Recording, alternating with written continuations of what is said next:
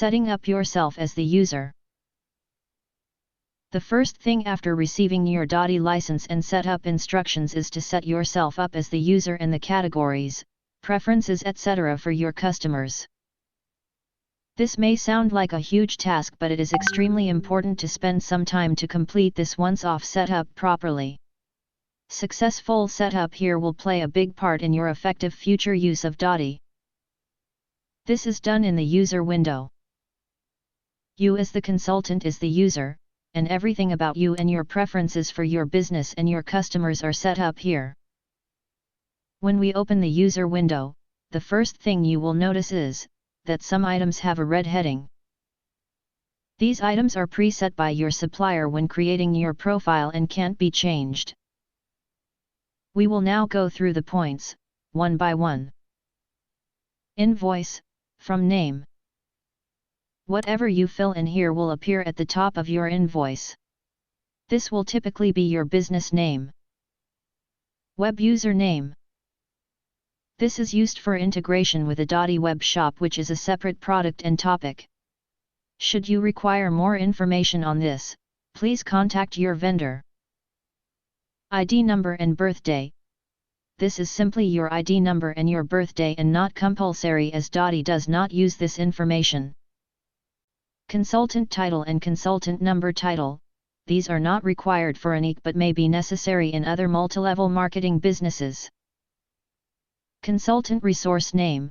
This is only required if you are a team using DADIE in your business and will be covered in a separate session. Commission CSP. It is set to the Unique default and need not be changed. Street and post address. Street address is not used by the system and is optional. Post address, however, is automatically inserted on your quotations, invoices, and delivery notes. Thus, should you want your postal address to appear at the top of your invoices, you need to fill this in. Cell phone number. The number filled into this field will automatically appear on your quotations, invoices, and delivery notes. Landline number. This is optional and not used by the system. Consultant upline number. This is for future use and not mandatory at this stage. Outgoing email setup. This will be set up for Unique users, using your complimentary email address. It is, however, possible to change the email address but not always advisable, as some outgoing servers present problems. Reply address. This will be the email address that your mail will go to when a customer replies to your email. From address. This is your outgoing email address. Default greeting. This will be the default greeting for the personalized emails that DADIE send out. Hence, if you put "Dear" here, then each email will start, by default, with "Dear" and the first name of the customer. For example, Dear Jenny and Dear Mary. Default text signature. DADIE can send out text-only emails, or HTML emails. If you send out a text email, then DADIE will automatically insert the default text signature that you create here as the signature at the end of your email. HTML signatures are more advanced and is set up in the email page of DADIE.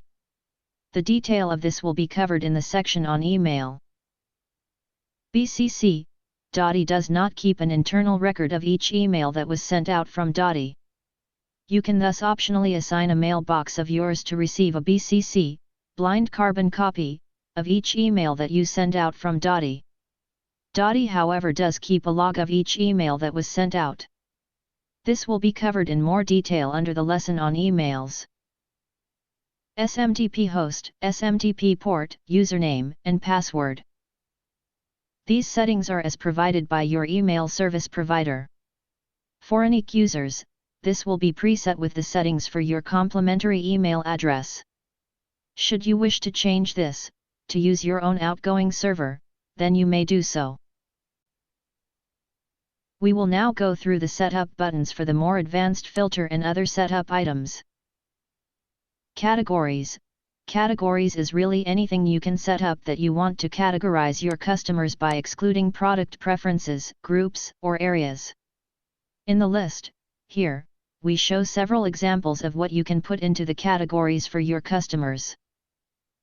For example, you may want to list all your customers that play tennis and send an email to only those customers to invite them to a tennis day where you will be promoting a product relevant to tennis players. Preferences. This is where you are going to insert the product preferences under which your customers may fall. Again, see the examples used here, but you may want to set up your DADIE differently to fit your style of work and your customers. Categories and preferences are selectable for each customer as created here. We will have a brief look at where the categories and preferences are used in the customer page. This, however, will be covered in more detail in the section under Setting up your customer. You can see here the categories and preferences that you just created under User. You can now assign categories and preferences to each customer. Going back to User Setup.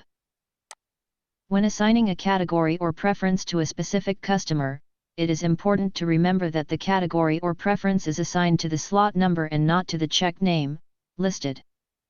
If, for example, you decide you no longer sell vitamins, you can't delete that slot. You can only use the abandon preference function, which once confirmed this will clear that option, but the slot will remain available in the background and can be reused for another preference at a later stage. It is not possible to reorder their categories and preference once created and customers assigned to the category or preference as in the customer table. As said, the tick is assigned to the slot number and not the name. You can't, for example, change the name in slot 2 to T.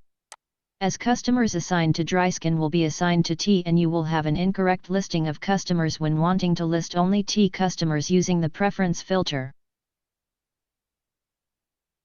With categories and preference, you may initially want to start by adding 2 or 3 items to each, and as you start entering your customers' details, you will soon realize what other categories and preferences are relevant to your business and customers.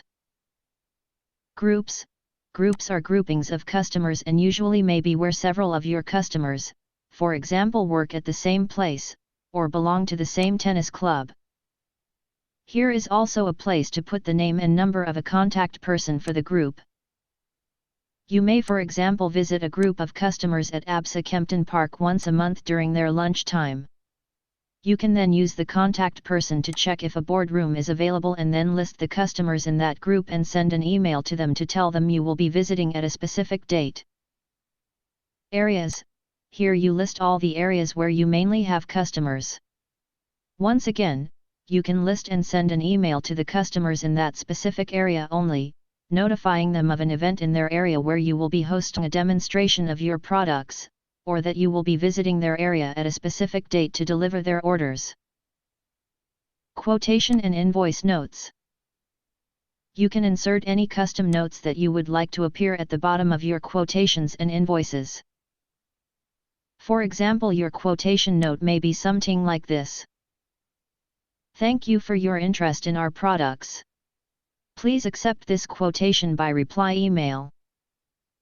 Your invoice note may sound like this. Please EFT into my bank account and forward proof of payment to, and your email address. Alternatively, you can use SnapScan to do your payment for your order. Since I mentioned SnapScan here, if you have SnapScan as one of your payment options, you are welcome to email your SnapScan QR code to us, and we will include it in your invoice setup. Bank account. Here you enter your banking details that will go onto your invoice, in order for EFT payments to take place. Source. Optional place to enter the place where you met your customer. It is important to note, as soon as you start typing in any of the fields, a red block appears around the Save button. This means that the changes you are busy making have not yet been saved. You then need to click on Save, to save the changes to the database. This then concludes this session on user setup. Thank you for watching. Please give us a thumbs up and subscribe to the channel, for more exciting videos about DADIE. See you in the next video.